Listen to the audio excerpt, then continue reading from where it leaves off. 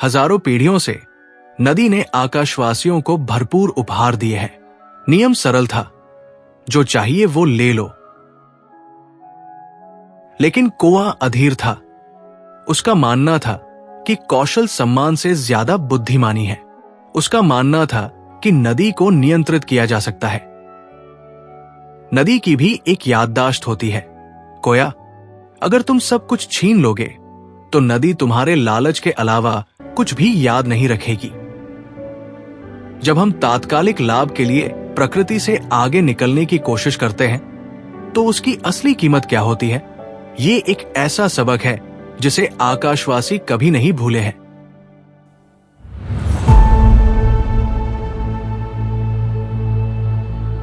आकाशीय लोग वहां रहते थे जहां पहाड़ प्रशांत महासागर को चूमते थे तथा ग्रैंडफादर नदी उन्हें पोषण देती थी। हर साल सैल्मन मछलियां, जो उनकी आजीविका का केंद्र बिंदु थी, एक विशाल चांदी जैसी लहर के साथ लौटती थी। समुदाय का नेतृत्व दादी माना करती थी, जो जाल और कहानियां बुनने वाली सबसे बुजुर्ग थी और जिनकी गतिविधियां प्राचीन देवदार के पेड़ों की तरह धीमी और सोची समझी होती थी। युवा पीढ़ी में कोआ भी था, चमकदार आंखों वाला, बलवान और बेचैन। कोआ एक डाकू था। जहां मन ने सम्मान देखा, वहां उसने कौशल देखा, और जहां उसने प्रतीक्षा देखी, वहां उसने बर्बादी देखी। दादी कोया ने शिकायत की जब उसने देखा कि माना ने अपने हाथों में बुना जाल सावधानी से नीचे किया, जिससे उसके द्वारा पकड़ी गई प्रत्येक मछली के बदले 9 मछलियां अंदर चली गई। हर साल दौड़ कमजोर होती जा रही है। पुराने जाल बहुत समय लेते हैं। मेरा यांत्रिक जाल एक ही सुबह में हमारे पूरे सर्दियों के जाल को पकड़ सकता है। इंतजार क्यों? माना ने पानी से ऊपर नहीं देखा, जो अब साफ और चमक रहा था। नदी इंतजार नहीं करती, कोआ। नदी याद रखती है। आपके द्वारा छोड़े गए सैल्मन मछलियां अगले साल के भोजन के संरक्षक है।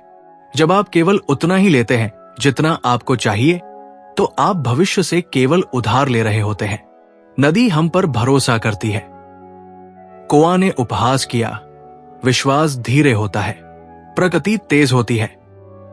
कोआ ने अगले 2 महीने एक गुप्त जगह पर गुप्त रूप से काम किया। उसने पुराने वैगन के पहियों, बेकार रस्सियों और देवदार की भारी लकड़ियों को एक विशाल घूमने वाली मशीन में बदल दिया। यह मशीन शोरगुल वाली, अजीब थी और दूर औपनिवेशिक चौकियों पर बिकने वाले कच्चे तेल की गंध देती थी। सैल्मन मछली पकड़ने का दिन आ गया है। समुदाय इकट्ठा है, धैर्य और लय के साथ काम करने के लिए तैयार। लेकिन पहली मछली के छलांग लगाने से पहले एक भयानक ध्वनि लकड़ी और धातु की चरमराहट घाटी में गूंजती है। कोआ प्रकट हुआ और अपना उपकरण निकाला, कौशल का लौहात। ये एक ऊंचा, बदसूरत बांध जैसा ढांचा था, जिसमें घूमते हुए स्कूप और भारी सख्त जाल लगे थे, जो हर मछली को एक ही टैंक में फंसाने के लिए डिजाइन किए गए थे। समुदाय स्तब्ध होकर देख रहा था। माना धीरे धीरे पास आ रही थी। उसकी परछाई उन तेल के कणों पर पड़ रही थी जो खदान की मशीनों ने नदी के किनारे पहले ही छोड़ दिए थे। कोआ, यह क्या पागलपन है? उसकी आवाज सिर्फ फुसफुसाहट थी। यह पागलपन नहीं है दादी मां, यही उपाय है। देखो, कोआ ने मुख्य पहिया घुमाया। लोहे का हाथ जिंदा हो गया। उसके विशाल जाल पानी में उछल पड़े। एक पल में शोर और कंपन से चौंक कर और भ्रमित होकर सैल्मन का पहला झुंड बह गया। होल्डिंग टैंक इतनी तेजी से भर गया जितना पहले कभी किसी ने नहीं देखा था। कोर की आंखें जीत से चमक उठीं। 1 घंटा, माना, हमारी पूरी सर्दियों की आपूर्ति 1 घंटे में। पानी का सन्नाटा। पहले घंटे तक कोया की प्रतिभा की तारीफ होती रही। गांव ने इतनी तेजी से इतनी सारी मछलियां कभी नहीं देखी थी। वो नदी से आगे निकल गया था, लेकिन तभी नदी बोली, जल्दी में नहीं, बल्कि एक भयानक सन्नाटे के साथ।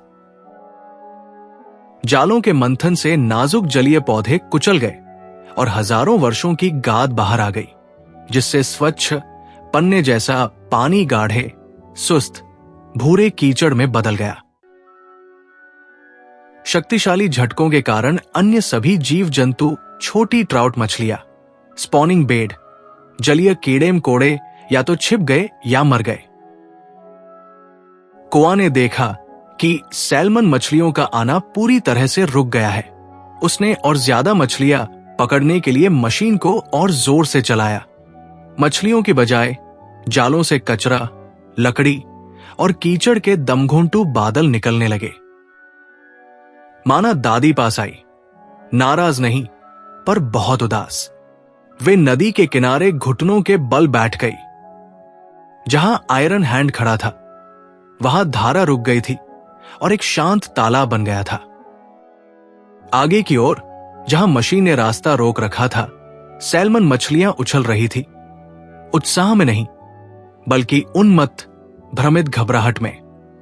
वे उन प्राचीन अच्छी धाराओं को खोजने में असमर्थ थी, जो उनके प्रजनन क्षेत्रों का संकेत देती थी।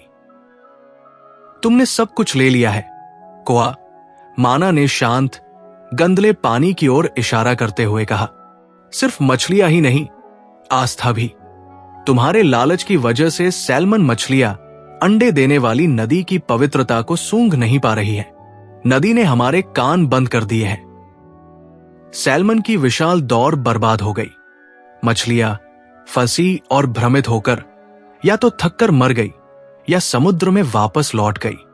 आकाशवासियों के इतिहास में पहली बार 1 घंटे के लिए तो उनके पास भरपूर मछलियां थी, लेकिन बाकी सर्दियों में उनके पास एक भी नहीं थी।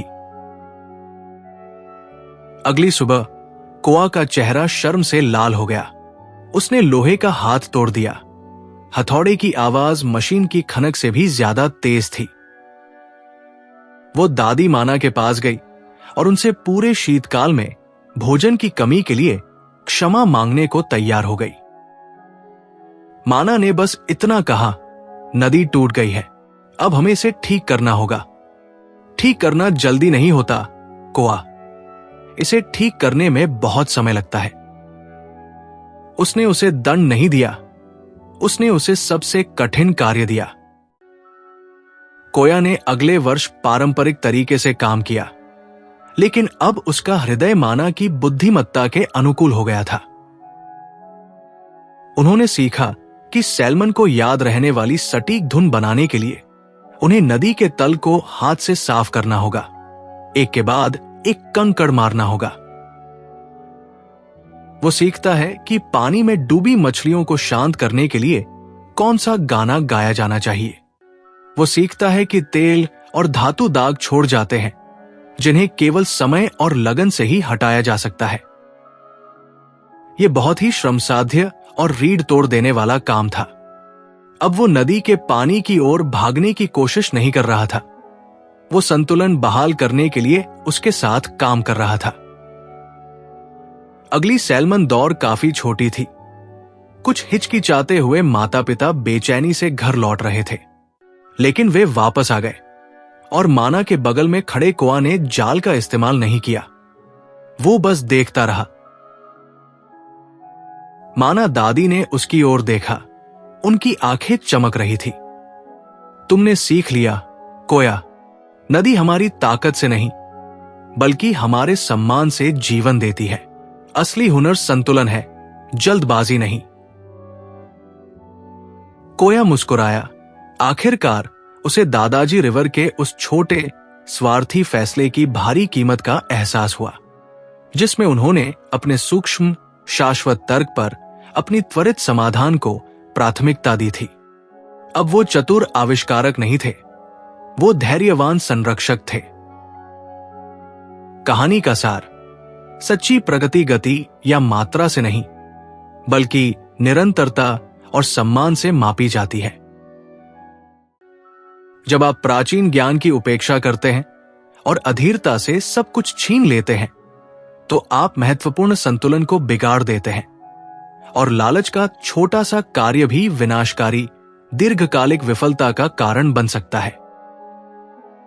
हमारी सबसे बड़ी संपत्ति प्राकृतिक दुनिया में विश्वास है, और यह विश्वास प्रतिदिन सावधानी पूर्वक देखभाल के माध्यम से अर्जित किया जाना चाहिए, न कि यांत्रिक शॉर्टकट के माध्यम से। ऐसी ही और जिंदगी बदल देने वाली कहानियों का आनंद लेने के लिए इस चैनल को सब्सक्राइब करें। और अगर आपको कहानी पसंद आई हो तो लाइक और कमेंट जरूर करें।